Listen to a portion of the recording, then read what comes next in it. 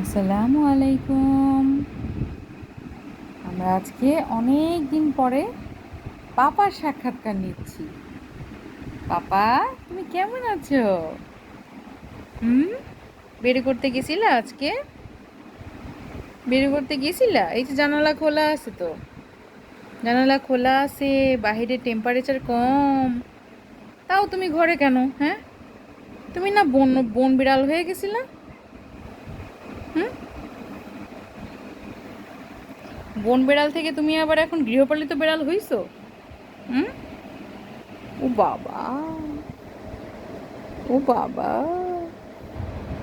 ও বাবা, ওরে বাবা, পাপা,